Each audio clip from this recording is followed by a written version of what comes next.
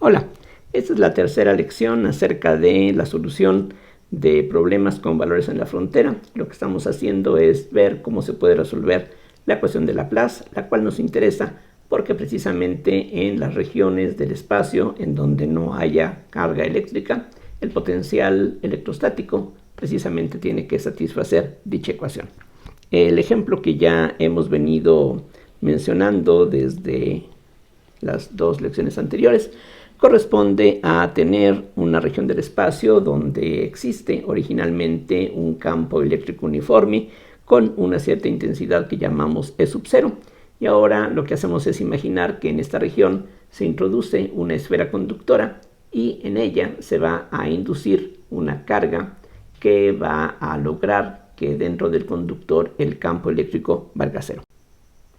Lo que tendremos así es la esfera conductora, que bueno, voy a representar de esta forma. No se ve muy esférica, pero imagínense que lo es. Y vamos a llamarle de alguna forma al radio, por ejemplo, A minúscula. Y ahora, una vez que este conductor se ha colocado dentro del campo originalmente uniforme, el campo va a dejar de ser uniforme y ahora, como ya se mencionó en las lecciones anteriores, lo que esperamos es que el campo se deforme de tal manera que en la superficie del conductor el campo resultante ahora sea ortogonal a la superficie. Este campo que ahora vemos es la superposición del campo eléctrico original más el campo producido por la carga que se induce en la superficie del conductor. De un lado vamos a tener carga positiva en cantidad que todavía no sabemos exactamente cuánto sea, y del otro lado vamos a tener carga negativa que justamente, como decía, van a encargarse de que el campo dentro del conductor se anule. Entonces, lo que ya se ha indicado es que conviene escoger el origen del sistema de coordenadas en el centro de la esfera, por supuesto, y en este caso lo que vamos a hacer es imaginar que el eje Z de un sistema cartesiano va en la misma dirección que el campo eléctrico original. Eso tiene la ventaja de que si ahora empleamos coordenadas esféricas, la situación que aquí se ve tiene simetría axial alrededor del eje Z y por lo tanto el campo, el potencial no pueden depender del ángulo azimutal que se mide alrededor de este eje. Entonces lo que tendríamos es que en cualquier punto en el exterior de esta esfera, el potencial solamente puede depender de la distancia al centro, que es lo que se llama en las coordenadas esféricas R. Entonces aquí tenemos un punto cualquiera, esta distancia es R, y el ángulo que se forma entre el eje Z y esta línea es el ángulo θ, tal como se denota regularmente en los textos de física. El resultado muy importante que ya vimos en la sesión anterior es que la ecuación de Laplace, es decir, el potencial en todas las regiones en donde no hay carga, tiene que satisfacer esta ecuación, que es la ecuación de Laplace, y en este caso, como decía, el potencial solamente puede depender de las variables r y θ. Es decir, aquí nos estamos limitando a figuras, a configuraciones relativamente sencillas donde haya esta simetría para que de esa forma la solución de la ecuación de Laplace se pueda expresar de una manera simple.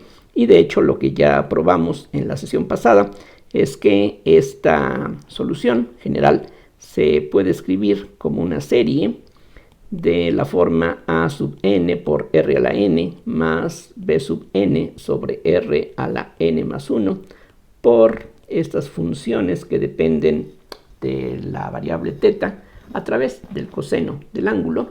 Estas p sub n son los llamados polinomios de Legendre y de hecho en lo que hicimos en la sesión anterior inclusive pudimos identificar algunos de estos polinomios. Vimos que p sub 0 del coseno de θ es idénticamente 1, p sub 1 del coseno de θ es el coseno de θ precisamente, p sub 2 del coseno de θ es igual a 3 medios del coseno cuadrado de θ menos 1 medio. También hallamos p sub 3 del coseno de θ, que es 5 medios del coseno cúbico menos 3 medios del coseno de teta. Y el método que vimos en la sesión anterior para hallar estas expresiones, en principio sirve para determinar toda la infinidad de polinomios, aunque esa forma no es la más conveniente. Ya para poder encontrar una fórmula general, pues hay maneras bastante más elaboradas de hacerlo, pero afortunadamente en los ejemplos que vamos a tratar no vamos a necesitar inclusive más allá de la p sub 1. Es raro que en los problemas sencillos, elementales, necesitemos muchos de esos polinomios, o en algunos casos no vamos a requerir su forma explícita. Entonces ese es el resultado aquí muy importante. Lo que hicimos en la clase anterior fue pues llegar a esta expresión sin dar una demostración de que en efecto esto puede representar la solución general.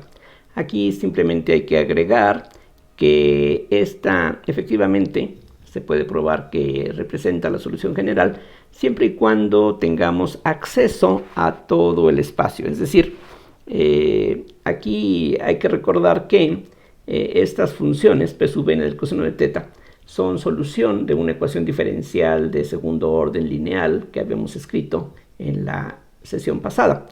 Pero sabemos que las ecuaciones lineales de segundo orden tienen que tener dos soluciones linealmente independientes. De hecho, por ejemplo, estas dos contribuciones que tenemos aquí corresponden a las dos soluciones independientes que tiene la ecuación que hallamos para la función r mayúscula de r que teníamos en la sesión pasada. Entonces vean que mientras que aquí tenemos dos funciones que son linealmente independientes entre sí, aquí en cambio solamente aparece una sola función, y el hecho es que la otra solución, que también en principio sería necesaria, no la incluimos porque esa otra solución es divergente en los puntos del eje z. Entonces, si tenemos acceso a todo el espacio, es decir, si podemos llegar o cruzar el eje z, entonces la otra solución no es necesaria. De hecho, es necesario más bien el despreciarla, quitarla, porque diverge en los puntos del eje z positivo o negativo. Entonces, esta es la expresión que vamos a utilizar y vamos a ver finalmente cómo esto sirve para resolver un problema como el que aquí ya se ha estado planteando desde las sesiones pasadas. Entonces, la idea es muy sencilla y consiste en que los coeficientes a n y sub n, que como decía en la sesión anterior, son constantes, son de hecho una infinidad de constantes que vamos a poder determinar a partir de las condiciones de frontera. Aquí vamos a tener dos condiciones de frontera. Aquí voy a hacer la lista de ellas. Entonces las condiciones de frontera que tenemos son las siguientes. Cuando nos acercamos a la superficie de la esfera, es decir, si vamos tomando r's cada vez más pequeñas acercándonos al valor de a, la phi, que es el potencial electrostático, tiene que tender a una constante. Esta superficie que tenemos aquí, recuerden, esto es un conductor, y como ya se señaló en las sesiones anteriores, en un conductor, en la situación de equilibrio, el campo eléctrico en el interior tiene que ser cero, y eso implica que el potencial a lo largo del conductor, en todos los puntos que estén unidos al conductor, el potencial tiene que ser una constante. Entonces, cuando la R tiende a A, la phi tiene que tender a una constante. La constante en cuestión se puede escoger libremente. Ya sabemos que el potencial electrostático tiene esa característica, y de hecho lo que vamos a hacer es escoger que esta constante sea cero, en lo que vamos a ver posteriormente. La otra frontera, es decir, si nos fijamos en toda la región exterior a la esfera, esa región por una parte está limitada por la esfera misma, y por otro lado está limitada dicha región por el infinito. Y en el infinito, es decir, si nos alejamos en cualquier dirección del centro de la esfera, muy lejos de ella no vamos a notar su presencia. Entonces lo que tiene que ocurrir es que si nos vamos muy lejos, lo que tenemos que observar es un campo uniforme nuevamente. Entonces cuando R tiende a infinito, el campo tiene que tender a algo de la forma E0 por K. Aquí recuerden, el eje Z lo hemos escogido precisamente en la dirección que tenía originalmente el campo eléctrico. Entonces si nos vamos muy lejos, en cualquier dirección, esto es lo que tenemos que tener. Pero si recordamos que el campo eléctrico es menos el gradiente del potencial, esto último equivale a decir que el potencial tiene que tender a menos E0 por Z, ya que precisamente al calcular menos el gradiente de esta función, el menos desaparece, E sub 0 es una constante, y finalmente el gradiente de Z es precisamente el vector unitario K. Simplemente recuerden que el gradiente en coordenadas cartesianas se calcula tomando las parciales de la función, en este caso Z, habría que derivarlo con respecto a X, Y y Z. El resultado es 0, 0, 1, y esos 0, 0, 1 hay que multiplicarlos por los vectores base. Entonces tenemos 0 veces I más 0 veces J más 1 vez K, que es justamente lo que tenemos aquí. Finalmente hay que recordar que la coordenada Z cartesiana equivale a R coseno de teta, por lo que esto es lo mismo que menos E0 por R coseno de teta. Esto es importante porque el potencial que estamos buscando aquí ya está expresado precisamente en términos de las coordenadas esféricas, así es de que esto es justamente lo que vamos a necesitar para hacer la comparación. De hecho, noten, y aquí también podemos agregarlo, que esto es lo mismo que menos E0 por R a la 1, y el coseno de teta, si queremos, se puede sustituir por la función P1 del coseno de teta, es lo que aquí tenemos a la vista. Justamente este producto es algo de la forma que aquí aparece. Aquí vean que en esta serie infinita hay un término donde aparece R a la 1 por P sub 1, que es justamente lo que tenemos aquí con este coeficiente, lo cual va a ser importante en lo que sigue. Entonces, de acuerdo con lo que aquí ya se dijo, lo que podemos concluir de inmediato de esta última condición de frontera es que los coeficientes A2, A3, A4, etcétera, todos los que siguen, tienen que ser forzosamente 0. Es decir, no es posible tener en esta serie potencias más allá de R a la 1. Cualquier otra potencia más alta, una R cuadrada, R cúbica, etcétera, cuando la R tiende a infinito, serían grandes, crecerían sin límite, serían dominantes, y entonces ya lo que tendríamos no sería esto. Aquí lo que estamos diciendo es que cuando la R es muy grande, lo único que vamos a tener es cuando mucho un R a la 1, o más bien, precisamente un R a la 1. Entonces, eso quiere decir que no vamos a tener R cuadrada, R cúbica, R cuarta, etc. Entonces, todos esos coeficientes son ya de inmediato 0, y además, el coeficiente A1, que justamente es el coeficiente de R a la 1 por P1, tiene que ser menos E sub 0. Entonces todo eso ya lo podemos concluir de comparar esta expresión con lo que aquí tenemos. De los coeficientes Bn todavía no podemos decir nada, porque justamente cuando la R tiende a infinito, todos estos tienden a 0, así es de que en ese límite no veríamos nada acerca del valor de estos coeficientes. Esos coeficientes los vamos a poder determinar a partir de esta otra condición. Entonces lo que hacemos es, en esta serie, tomar ahora R tendiendo a A, y entonces, por otra parte, cuando R tiende a A, la phi debe de tender a lo que resulte de aquí al sustituir la R por la A minúscula. Ahora, de esta primera parte solamente hay dos términos, cuando mucho, que pueden sobrevivir. Uno sería A sub 0, del cual no sabemos nada, A sub 0 por R a la 0, que es 1, por P sub 1 del coseno de teta, que también es 1. Entonces lo que vamos a tener es simplemente la constante A sub 0. A eso hay que agregarle A sub 1, que es menos E0, por la R, que precisamente se sustituye por la A minúscula, entonces tendríamos A a la 1, por la función P1 del coseno de teta, y de la serie que tenemos aquí, pues simplemente escribimos todos los términos en principio, entonces tendríamos la suma desde 0 a infinito de b sub n entre a la n más 1 por p sub 1 del coseno de teta. Y como decía antes, lo que tiene que ocurrir es que toda esta expresión tiene que ser una constante. Y ese punto es bastante importante. Lo que estamos diciendo es que en cualquier punto de la superficie en el que nos fijemos, el potencial tiene que tener exactamente el mismo valor. Es decir, para todo teta tenemos que tener exactamente el mismo valor, el que sea. El que sea porque, recuerden, el potencial siempre está indeterminado hasta una constante, así es de que tenemos ahí la libertad de escoger esa constante como se nos antoje.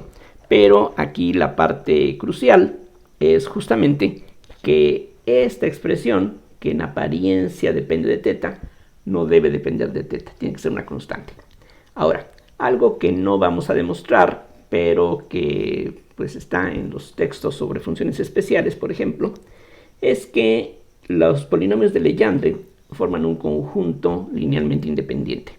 Es decir, esto que está aquí se puede escribir de esta otra forma, como que a sub 0 por p sub 0 del coseno de teta, recuerden, p sub 0 vale 1, menos e0 por a por p sub 1 del coseno de teta, más esta serie en donde tenemos una especie de combinación lineal de los polinomios de Legendre. Esto tiene que ser una constante y esa constante la vamos a escoger como 0.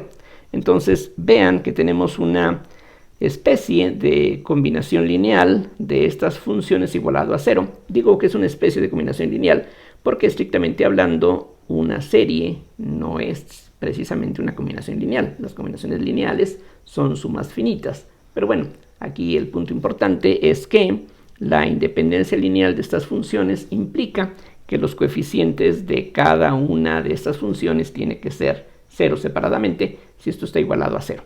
Entonces eso implica que el coeficiente del lado izquierdo de P0 tiene que anularse. Pero el coeficiente de P0, por una parte, es A sub 0. Aquí está multiplicando a P0.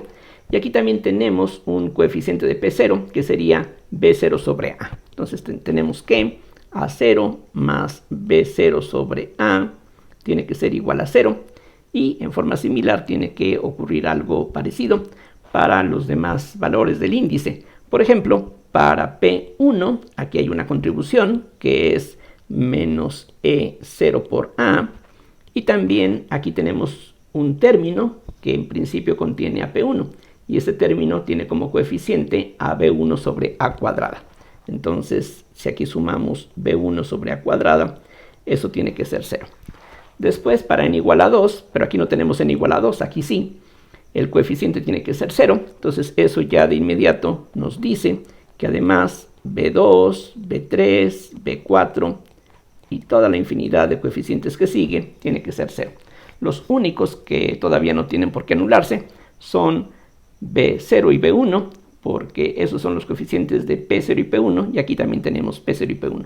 Estas combinaciones son las que tienen que anularse solamente, así tal como están. Los demás en forma individual tienen que ser 0, por lo que ya decía. Entonces, esa es la conclusión que aquí tenemos, y aparentemente tenemos una gran cantidad de incógnitas.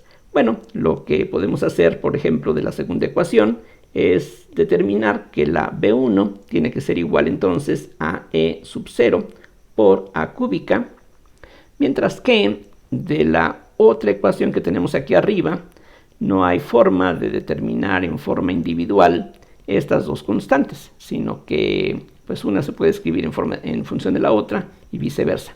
Vean que en las demás ecuaciones no hay nada que nos diga cuánto valen estas constantes.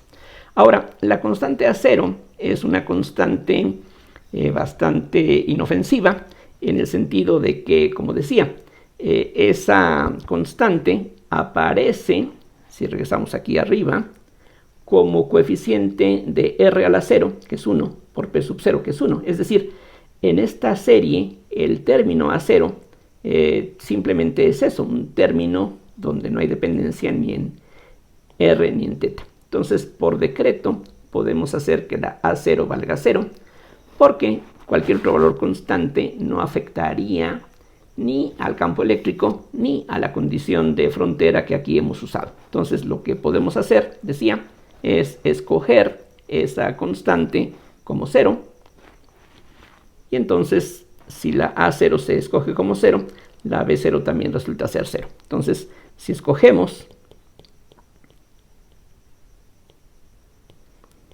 A sub 0 igual a 0, entonces la B sub 0 también sería 0.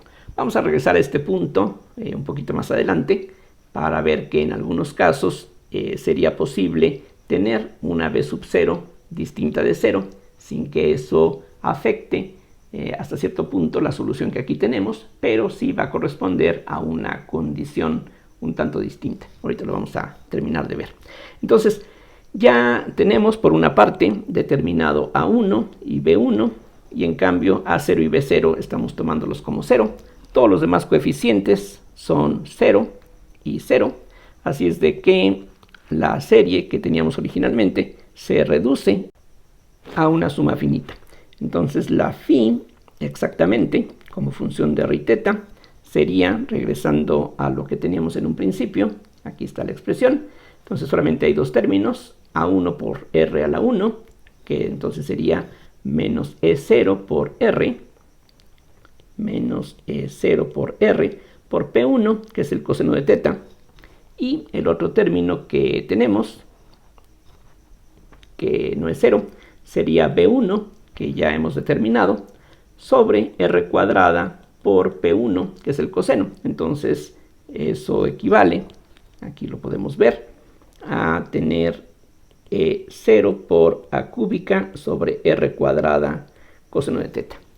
Y pues quizá, sorprendentemente, esa es la expresión exacta que determina al potencial y por lo tanto al campo eléctrico en las condiciones que aquí hemos supuesto.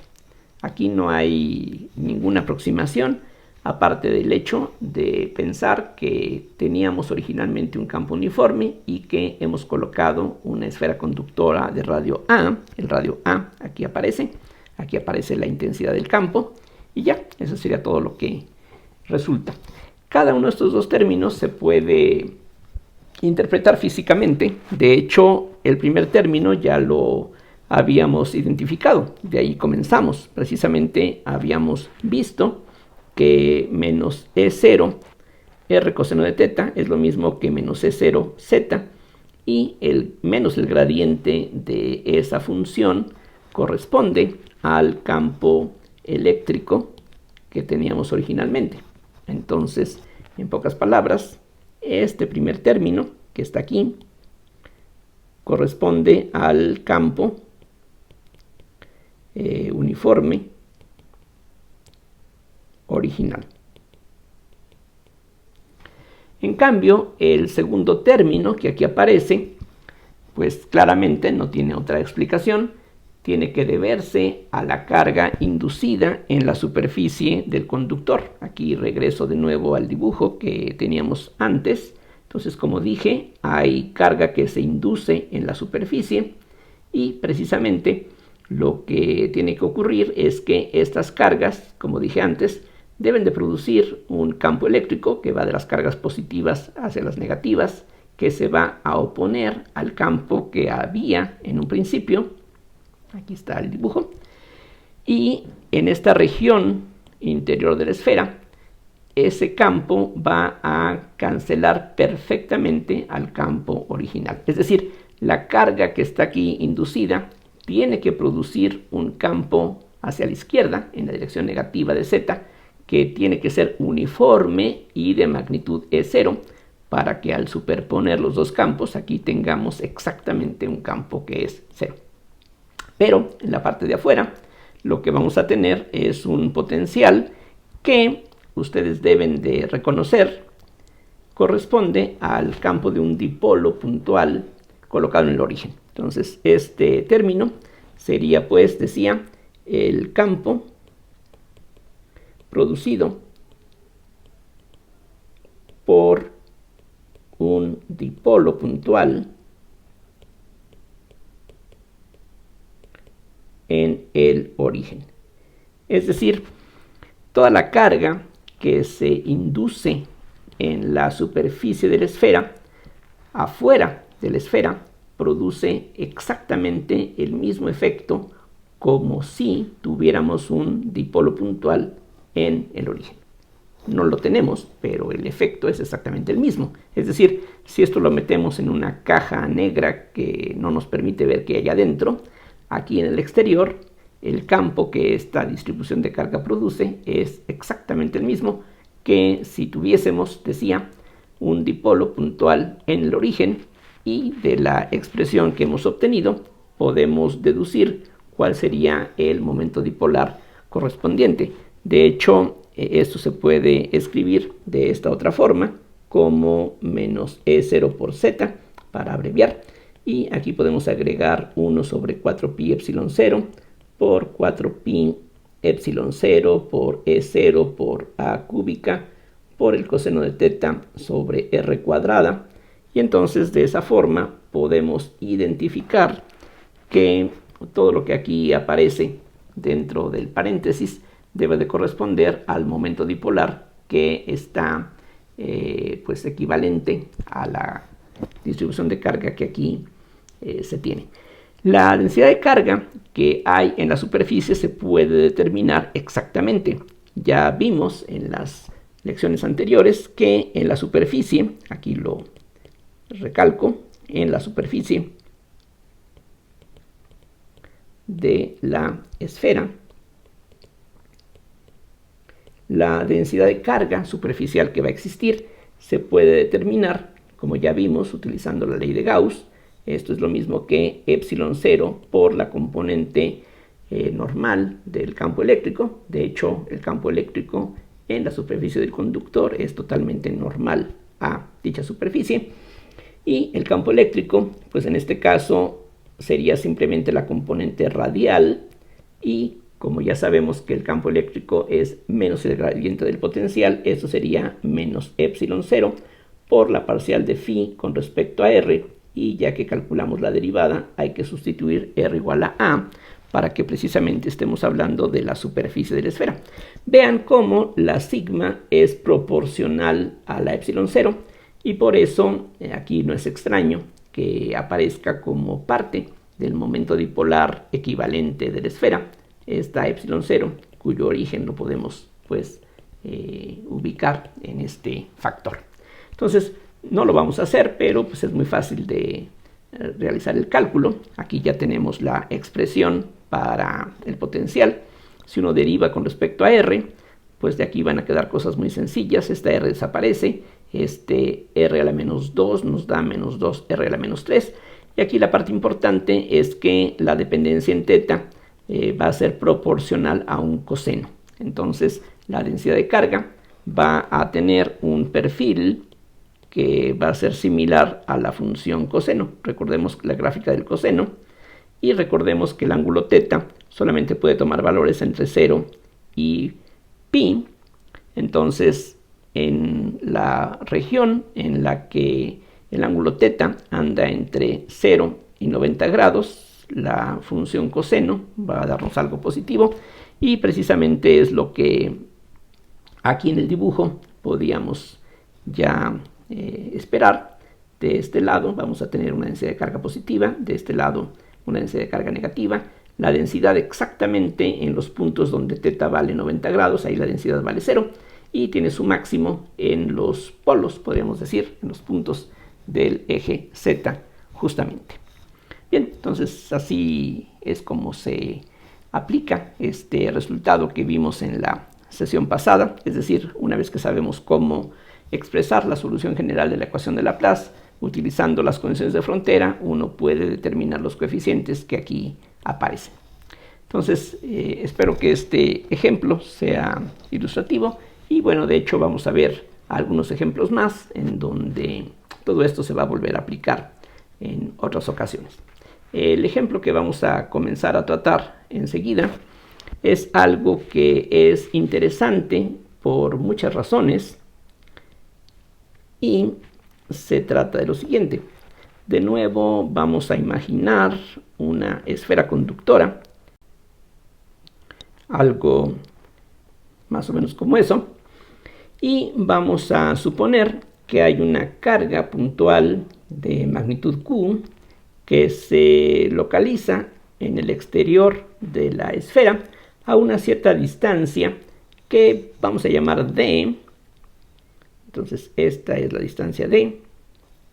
Y lo que nos interesa nuevamente es determinar cuál es el potencial en todos los puntos del espacio debido a la presencia de esta carga, y que nuevamente aquí estamos pensando en que esta esfera es un conductor. Nuevamente, como en el problema anterior, lo que va a ser conveniente es tomar el origen del sistema de coordenadas en el centro de la esfera y el eje Z de esta forma, coincidiendo con la línea que va del centro de la esfera a través de esta carga. De esa manera nuevamente tenemos simetría axial. Vean ustedes que si hacemos girar la figura alrededor del eje Z, todo se tiene que ver igual, pensando en que realmente esta fuera una esfera. Y por razones que espero que poco a poco vayan quedando claras, lo que va a ser conveniente es imaginar aquí una esfera de radio D,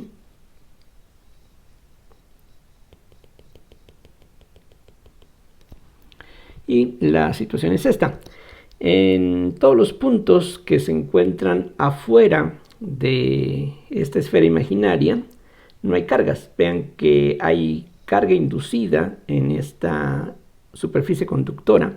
De hecho, por ejemplo, si suponemos que esta carga Q fuera una carga positiva, lo que podemos esperar es que se induzca carga del signo contrario de este lado de la esfera y entonces tengamos carga positiva del lado contrario. Entonces decía, en todos los puntos que se encuentran en la región R mayor que D, no hay cargas. Todas las cargas están o aquí, en este punto, o en esta superficie. Entonces en esta región el potencial tiene que satisfacer la ecuación de Laplace y tiene simetría axial. Entonces el potencial allí se debe de poder expresar, como ya vimos, mediante una serie con los polinomios de Legendre. Ahora, en lo que sigue va a ser conveniente también denotar de alguna forma, distinguir las dos regiones que aquí aparecen en forma natural. Una que sería R mayores que D, que es la región 1, y R menores que D, que es la región 2. Entonces voy a llamar Φ1 al potencial, a la expresión que corresponde a la parte exterior a esta esfera imaginaria, y Φ2 al potencial o a la expresión que corresponde a la parte interna. Entonces decía, Φ1 tiene que ser una función que se exprese, como ya decíamos antes, de esta manera, como an por r a la n más bn sobre r a la n más 1 por los polinomios de Legendre, simplemente porque para r mayores que d, aquí no hay cargas. Ahora, el potencial que tendríamos en esta región físicamente se debe a la presencia de esta carga puntual y a la presencia de esta carga inducida. Lo que voy a hacer, y vamos a ver que es conveniente, es tomar en cuenta en forma explícita el potencial que ya conocemos de esta carga y aprovechar el principio de superposición. Es decir, si Φ1 representa el potencial en esta región, pues ese potencial se debe a la carga inducida, y esto va a corresponder a esta parte donde los coeficientes son desconocidos, más el potencial debido a esta carga puntual, y eso sí lo conocemos en forma explícita. Es Q sobre 4pi epsilon 0, y como vimos en la lección anterior, el potencial debido a esta carga se puede desarrollar en una serie de polinomios de Legendre. Precisamente así fue como obtuvimos la expresión explícita para estos polinomios. Entonces aquí lo que podemos escribir es la suma desde 0 hasta infinito de d a la n sobre r a la n más 1 por p sub n del coseno de teta. Entonces, esta serie converge para r mayores que d. En r igual a d hay problemas, pero para r mayores que d, la serie es convergente y precisamente nos da el potencial debido a esta carga puntual en estos puntos, mientras que esta serie corresponde al potencial producido por esta distribución. Ahora voy a llamar phi2 a la expresión para el potencial en esta región. Entonces, como esta serie corresponde al potencial producido por estas cargas, eso sigue siendo válido en esta región también. Es decir, vean que esta separación entre estas dos regiones se debe a la presencia de esta carga, pero eso ya está considerado de este lado. Esta parte solamente corresponde al potencial, a la contribución de esta carga, y pues en ese sentido esta distancia no juega ningún papel para esa contribución, así es de que podemos utilizar la misma serie como en la región exterior. Lo que cambia, y otra vez es lo que vimos en la lección anterior, es que el potencial de esta carga puntual en esta región, donde la R es menor que D, va a estar dado por la suma de 0 a infinito, y ahora aquí lo que aparece es R a la n sobre D a la n más 1 por P sub n del coseno de teta, y esto va a ser aplicable para R menores que D, donde esta última serie es convergente. Entonces, lo que necesitamos es ahora imponer las condiciones de frontera para poder determinar la doble infinidad de constantes que están aquí indeterminadas, las a's y las b's. Bueno, con las a's no hay mucho problema. Lo que podemos ver fácilmente es que las constantes con índice A1, A2, A3, etc., tienen que ser 0, más o menos como en el caso anterior. Es decir, cuando nos alejamos del origen, lo que va a ocurrir es que, como esta distribución está acotada, el campo y el potencial, bueno, el campo sobre todo, tiene que tender a 0. Entonces, si aquí alguno de sus coeficientes, A1, A2, etc., fuera diferente de 0, vean que esos coeficientes se están multiplicando a R a la 1, R a la 2, R a la 3, y si alguno de ellos fuera diferente de 0, no importa qué tan pequeño fuera, así alguno de ellos fuera un 10 a la menos 800, bueno, cuando la R fuera 10 a la más 800, eso va a compensar la pequeñez del factor y haría que esas potencias positivas fueran dominantes, y entonces lo que tendríamos sería un potencial y un campo que crecen con la distancia, cosa que en este problema no esperamos que ocurra. Entonces, por eso estas constantes tienen que ser 0.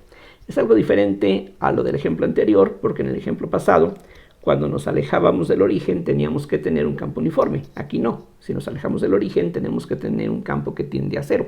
Definitivamente no algo que diverge. Entonces, ya de inmediato, casi todas las constantes han quedado de esa manera determinadas.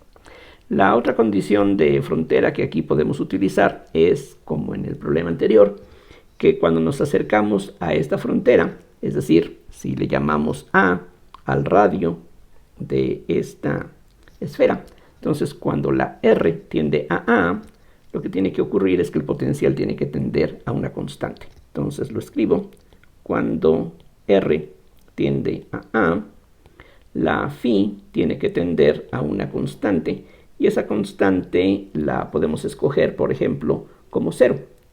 Entonces esto lo hacemos 0 simplemente por conveniencia. Aquí hay que tomar en cuenta que siempre el potencial tiene una constante aditiva que podemos escoger en forma arbitraria, y que si escogemos esa constante de tal manera que el potencial valga 0 en esta superficie, ya eso fija el valor de cualquier constante para la phi 1.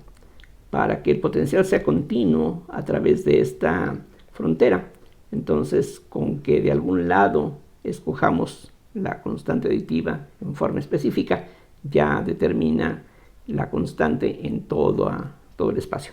Normalmente, recuerden, uno pide que el potencial tienda a ser en el infinito, pero aquí vamos a escoger así las cosas y vamos a ver qué tiene de conveniente. Precisamente cuando la R tiende a A, estamos en esta región, entonces usamos esta expresión. Y como en el ejemplo anterior, lo que queremos es que esta phi sea constante en todos los puntos de la esfera, es decir, para todo teta. Y de nuevo, si escogemos que todo esto sea 0 en la superficie, nos conviene el 0 precisamente porque vamos a poder aprovechar la independencia lineal de los polinomios de Legendre. Entonces lo que tiene que ocurrir es que cada uno de los coeficientes de la serie tiene que ser 0 separadamente. Entonces lo que obtenemos es esta condición algebraica, que a(n) por a minúscula a la n más b sub n sobre a la n más 1 más q sobre 4pi epsilon 0 por a la n sobre d a la n más 1 tiene que ser 0. Entonces aquí tenemos una infinidad de condiciones porque la n tiene que ser 0, 1, 2 en adelante. Entonces para cada valor de la n tenemos una ecuación diferente que ya prácticamente nos permitirá determinar los coeficientes desconocidos a(n) y bn. De hecho, vean ustedes que como ya conocemos cuánto vale a1, a2, etc., entonces de aquí ya se puede calcular cuánto vale b1, b2 en adelante. Y eso es lo que vamos a hacer. Aquí hay que separar el caso de n igual a 0 de los demás casos. Entonces lo que se obtiene es que, despejando como decía, o sea, para n igual a 1, 2 en adelante, las a(n) mayúsculas son 0, entonces de aquí se puede calcular la b sub n, y el resultado es este, menos q sobre 4pi epsilon 0 por a la 2n más 1 sobre d a la n más 1, y como veremos enseguida, esto conviene escribirlo así, como 1 sobre 4pi epsilon 0 por menos q por a sobre d, que multiplica a cuadrada sobre d a la n. Vean que efectivamente las cosas coinciden. Aquí tendríamos 2n más 1, aquí tenemos d a la n más 1, entonces esto es correcto. Entonces esto es válido para n igual a 1, 2, etc. Y el único valor que queda todavía por determinar sería el valor de la b sub 0, que va a depender de la a sub 0, que aquí todavía no se ha fijado. Entonces lo único que podemos hacer es escribir uno en función del otro, y en este caso particular, cuando la n vale 0, lo que tenemos es esta ecuación, que a sub 0 por a la 0, que vale 1, más b sub 0 sobre a, eso sumado con q sobre 4pi epsilon 0 por a la 0, que es 1, sobre d, eso tiene que ser 0. Y aquí pues es más o menos al gusto cuál de las dos constantes, la a0 o la b0, nosotros despejamos. Voy a despejar la b0, entonces de aquí se puede hallar fácilmente que la b sub 0 sería menos a, que multiplica a sub 0 más q sobre 4pi epsilon sub 0 por d, como podemos ver fácilmente. Si pasamos estos dos términos al lado contrario, eso nos da un cambio de signo, y si multiplicamos por la a, eso es lo que se obtiene de esa manera. Esto se puede partir en dos términos, por supuesto. Esto es lo mismo que menos a por a sub 0, y el término que sigue se puede escribir así, como 1 sobre 4pi epsilon 0 por menos q por a sobre d, básicamente como teníamos en el caso anterior. Vean que esta misma combinación aquí aparece. Entonces ya tenemos todo listo para escribir la expresión para el potencial. Por ejemplo, podemos comenzar con la φ1, que es el potencial en la región exterior. Entonces, si aquí hacemos una pequeña reducción de la escala para que tengamos toda la vista, entonces la φ1 sería, por una parte de esta contribución, solamente A sub 0 va a contribuir. A sub 0 otra vez está multiplicado por R a la 0, que es 1, por P sub 0, que es 1. Entonces solamente vamos a tener A sub 0 como una constante, que aquí aparece sin ninguna otra dependencia. Y de la parte restante, lo que tenemos es esto que ahora podemos escribir así. Sería 1 sobre 4pi epsilon 0. Vean ustedes que todas las b's tienen un factor que tiene esa forma, aparte de este término. Ahorita vemos qué pasa con este de aquí, que dejo afuera. Pero estos dos, inclusive, noten que esta parte está dada por esta expresión cuando la n vale 0. Vean que si sustituyo un 0 aquí, queda precisamente esta combinación que aquí tenemos. Es decir, esta parte y esta están dadas de una manera uniforme por esta expresión. Entonces eso corresponde a esta serie, la suma desde 0 hasta infinito, de menos q por a sobre d por a cuadrada sobre d a la n sobre r a la n más 1 por p sub n del coseno de teta más el término que ya teníamos, q sobre 4pi epsilon 0 por la suma desde 0 hasta infinito de d a la n sobre r a la n más 1 por p sub n del coseno de teta. Aquí estoy copiando esta expresión tal como estaba. Aquí estoy sustituyéndola a 0. Aquí para las b's estoy tomando esta expresión y este término. Falta una parte adicional que ahora voy a agregar. Entonces este término, que es parte de la b0, nos va a dar esto que ahora vamos a poder ver aquí. Sería menos a minúscula por a0, que va a estar multiplicando, como eso es parte de la b0, aquí vamos a tener un 1 sobre r. Entonces aquí tenemos 1 sobre r por la p0, pero recordemos que la p0 es 1, entonces eso es todo lo que tendríamos.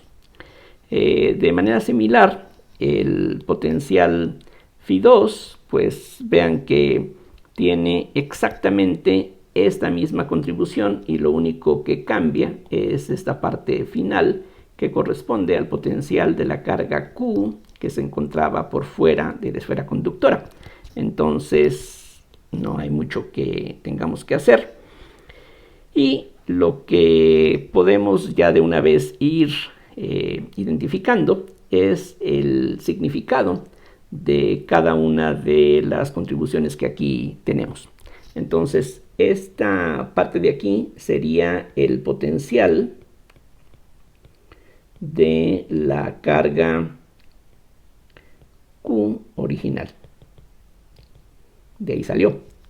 Y ahora vamos a fijarnos en esta expresión y lo que podemos ver es que esta serie tiene la misma forma que esta. Aparecen los mismos polinomios de Legendre, aparece la misma r a la n más 1. La diferencia es que en lugar de esta carga Q, aquí aparece esta otra cantidad que también tiene unidades de carga. A y D son distancias, así es de que este cociente es adimensional. Y similarmente, en lugar de esta D, aparece A cuadrada sobre D, que también tiene unidades de longitud. Entonces, esto que está aquí, por analogía con el último término, sería el potencial de una carga que tendría el valor, aquí lo pongo entre paréntesis, menos QA sobre D, que no es la carga que teníamos originalmente, y que estaría colocada, entonces que estaría en R igual a cuadrada sobre D, o quizá dicho de una manera más clara, que estaría sobre el eje Z a una distancia a cuadrada sobre D del origen. Los otros términos que tenemos como parte del potencial, este A sub 0 es una constante, pues que podríamos decir inofensiva, mientras que este término se puede reconocer fácilmente qué significa. Este término, vean que es una constante, no importa el signo menos que está aquí, de todas maneras es una constante, por 1 sobre R, y ya sabemos que un potencial que vaya como 1 sobre R equivale al potencial de una carga puntual. Entonces, este término de aquí sería el potencial de una carga puntual en el origen de magnitud, y la magnitud aquí se puede leer. Ya sabemos que para una carga puntual en el origen, el potencial es 1 sobre 4 pi epsilon 0 por Q sobre R. Entonces, la magnitud de la carga sería menos 4 pi epsilon 0 por A 0. Entonces, recuerden que A sub 0 no estaba determinada por las condiciones anteriores. Y precisamente el valor de A0 tiene que ver con la carga que tiene la esfera conductora. Lo único que hicimos fue suponer que teníamos una esfera conductora, pero nunca se dijo si estaba cargada o no. Bueno, aquí precisamente se ve que esa información está disponible y podemos darle a la esfera original conductora la carga que nosotros queramos, dependiendo del valor que nos interese. Eso entonces va a fijar el valor de la A0. Esta constante que está aquí, que como decía es algo inofensivo, simplemente está para que junto con los demás términos haga que el potencial valga 0 en la superficie de la esfera. Si quitamos esta cantidad, entonces ya el potencial en la superficie de la esfera ya no sería 0. Con este valor va a ocurrir justamente eso. Entonces ese es el resultado. No tiene mucho caso que nos fijemos en qué es lo que pasa con la Phi2, porque es exactamente el mismo análisis y la misma solución.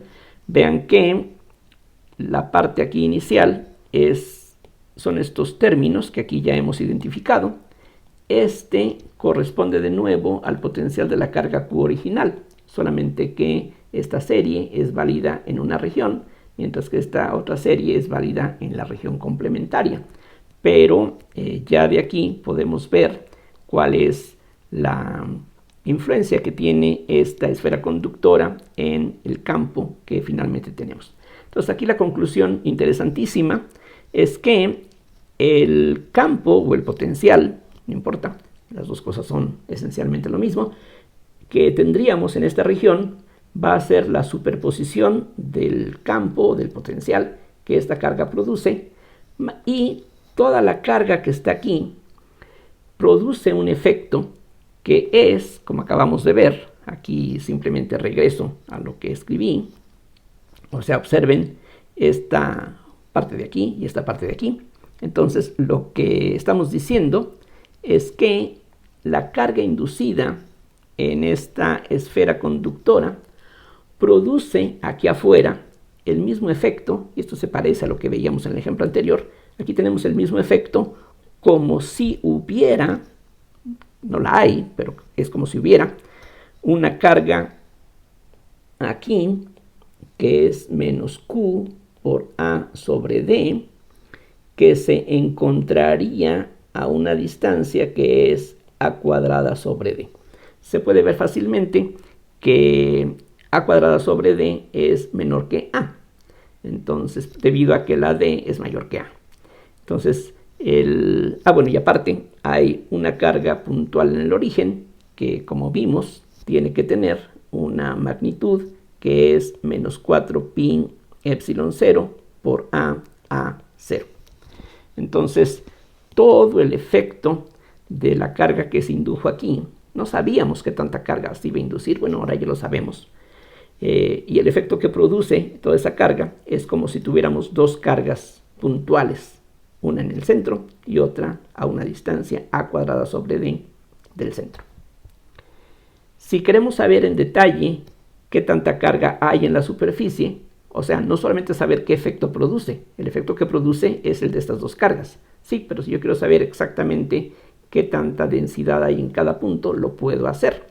Porque si ya conozco el potencial, y en esta región, esta es la buena, si ya conozco el potencial que hay aquí, calculando su derivada con respecto a R, voy a determinar, cambiándole de signo, la componente radial del campo, y esa componente radial, como veíamos en el ejemplo anterior, nos permite calcular, al multiplicar por epsilon 0, la densidad de carga. Entonces, aquí vean otra vez que de una manera que parece mágica, con muy poca información, podemos determinar en forma exacta, aquí no hay ninguna aproximación, todo esto es exacto, podemos determinar, repito, qué tanto campo, qué tanta carga va a existir en la superficie y aquí en todo el espacio alrededor de esta esfera conductora si le ponemos esta carga enfrente.